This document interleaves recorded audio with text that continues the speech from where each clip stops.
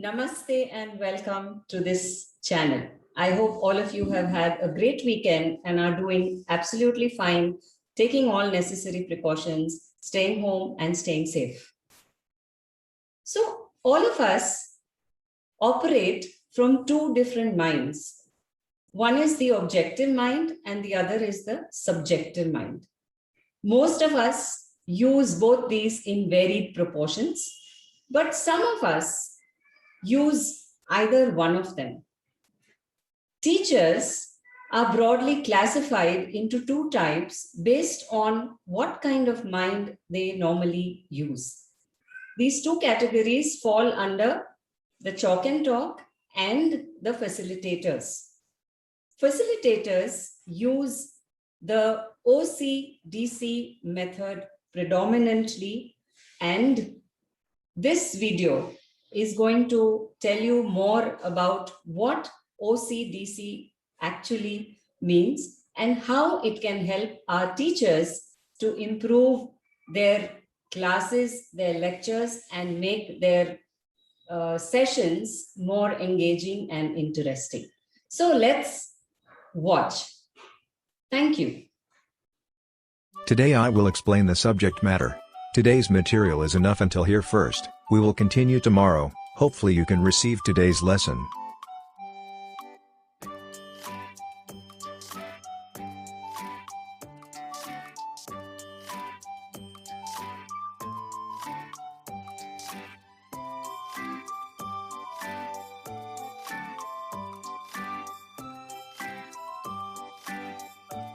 I hope this is useful for you. This is one scenario where the chalk and talk can become very boring for the students. However, there are quite a few teachers who use the chalk and talk method and yet keep the class very engaging. Please watch the next scenario carefully. You will see that the class automatically becomes engaging.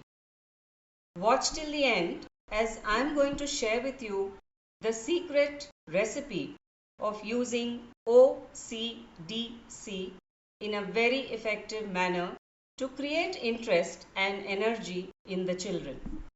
If you are a teacher who is like the teacher in the second scenario, you are a good facilitator.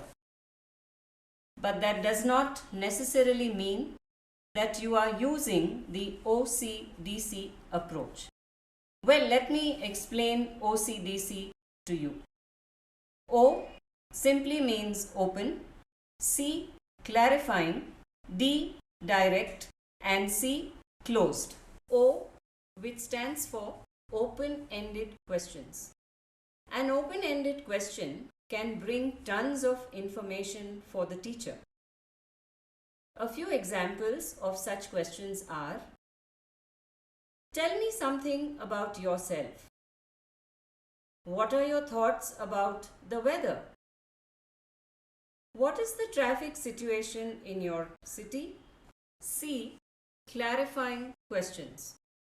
A clarifying question is generally asked when there is ambiguity.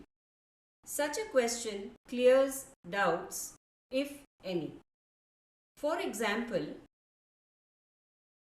do you need a pen? Are you supporting the cause?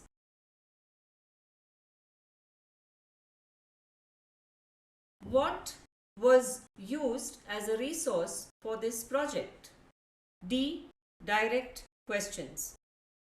A direct question is usually asked when you want to get straight to the point. A few examples of such questions are: do you fold your pizza when you eat it? Who was your best teacher? What kind of weather do you like? Closed questions. Closed questions usually fetch you answers in either yes or no. A few examples of such questions are: do you like chocolates? Have you brought your textbook? Are you married? Did you ring the bell? Slide 7. A good teacher generally funnels her questions by starting with open and ending with closed questions. However, as the situation demands, the teacher can jump up or down the funnel as many times as required before finally getting to the closed questions. Good morning, students. How are you today? Hope all well. Yes, madam. We are fine. How about you? I am fine, thank you. So children, today we are going to play a game. Let's see who gets the maximum answers right. Are we ready? Here goes. Yay, I am so excited. Today's topic is states of matter. Question 1 is, what is ice? Ma'am, it is a cube.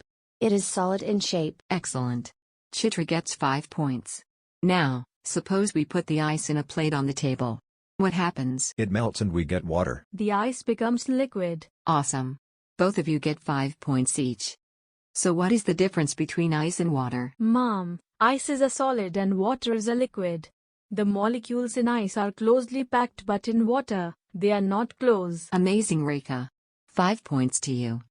Now, I put the water in a vessel and heat it. What happens to it? The water boils. Then it becomes a gas and disappears. Well, AJ, you're right. It evaporates. You get 5 points too.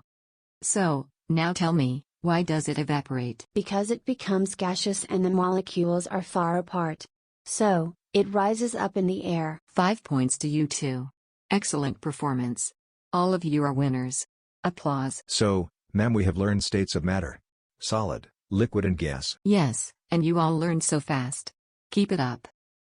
So friends, what you saw in both the videos or both the scenes was how the chalk and talk method affects the students and how the OCDC method can impact your children and make your classes very, very engaging and very interesting. So I would request all the teachers and all the young parents who have been watching this video to please try and implement this particular strategy when you are dealing with your children or students respectively. And if you plan your lessons based on these principles, you are definitely going to be successful in whatever you are delivering to your students in the class. So with this, I will take leave. I hope you have enjoyed this video. Please do leave your comments in the comment box. And if there are any topics which you would like me to work on, I would be more than happy to do so. So once again, thank you. All of you have a great week ahead and stay safe. Thank you. Online teaching is not at all a puzzle if you are a part of the Roma Ma'am community.